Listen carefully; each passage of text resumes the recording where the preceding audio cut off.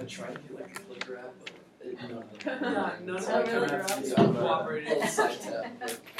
Wait, can we put our laptops on? Yeah. Okay. The cord is long enough. Oh, yeah. Wait, the podium is movable.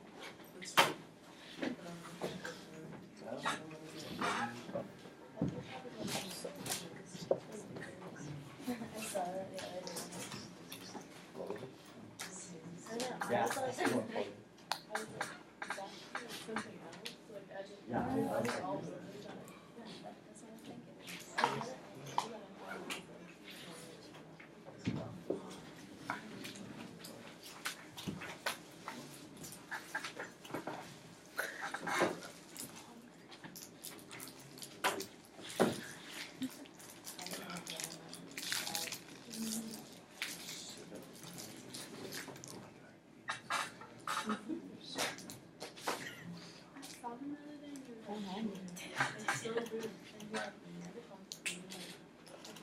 Yellow vest.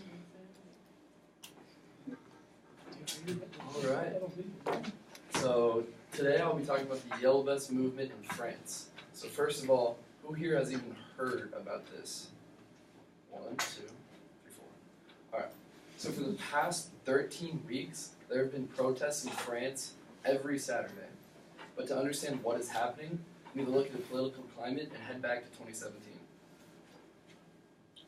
So May 7th, 2017, President Emmanuel Macron was elected into office. He had won by a landslide victory, mainly due to weak competition.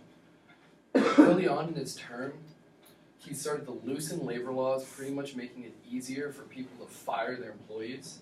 He slashed the wealth tax, which was the tax focused on the top 1%, and he proposed new pension taxes. So this, in the eyes of the population, made him the president for the rich. Fast forward to mid-November, he started to propose a new green tax.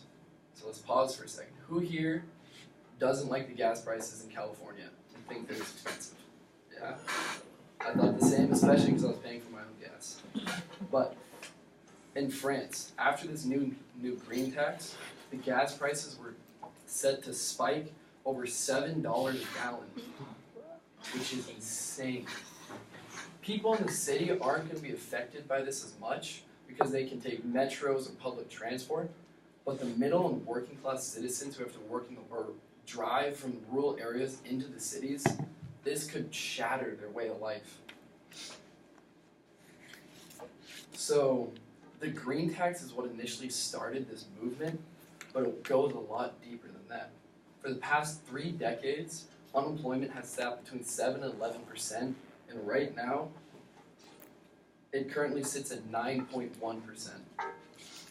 Cost of living has gone up, but the wages have not kept pace. So the majority of the population sits in this awkward middle ground where they're just above social reform and social aid, but just below comfortable living. The movement quickly gained popularity when it moved into Paris. During the first weekend of demonstrations, 300,000 people came out to support it, all wearing their yellow vests. So these yellow vests in France are mandatory to keep in your cars for emergency purposes, and so the people took that symbol of emergency and brought it into their movement. So when they put on their vest, they're showing that they have a problem with the government and something needs to change. So like I said, the first weekend had 300,000 people come out. 300 arrests were made and $3.4 million in damages occurred. The majority of the protesters were non-violent, but since this is a apolitical group, meaning there is no left or right side, and it contains a lot of extremists from the left and a lot of extremists from the right and everyone in between. But it's the extremists who were the troublemakers in these instances. They were the ones setting fires to cars, throwing rocks at police officers, and they were starting to loot the rich and stores and boutiques in central Paris. Because to them, that symbolized the rich and the elite and what they could not achieve. This would continue for the next 13 weeks, all the way until now, and it still continues. But protests in France aren't a new part of their history. Arthur Goldhammer, senior advisor for the Center of European Studies at Harvard University, said in an interview that the French system already gives an abnormal amount of power to their president, and perhaps this is the reason why that the French citizens protest so much, because they feel that it's the only way they can be heard.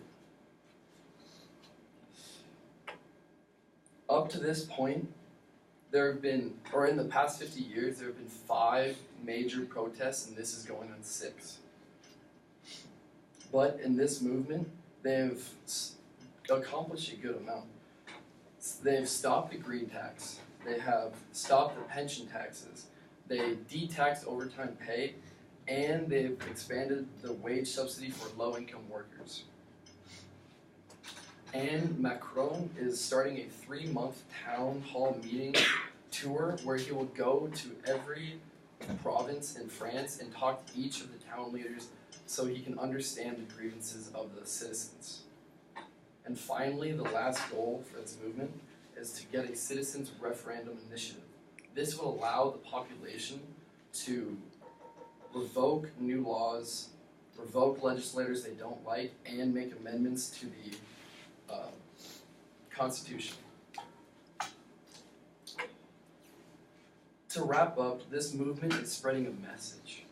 It is spread to Belgium, Germany, Sweden, the Netherlands, and the UK, all having copycat-ish to these movements. They wear the yellow vest to show that they are united with these people and they support them. In France, the approval rating for this movement is 70 to 80% compared to Macron's 33% for approval, which is extremely low. It was, the lowest it hit was 27 when this movement first started, but I digress. But for now, all we can do is wait until this Saturday. I messed it up. Sorry, but that was the end of the speech. I kind of skipped that. Yeah, so now we wait until next Saturday and see what happens next. Thanks.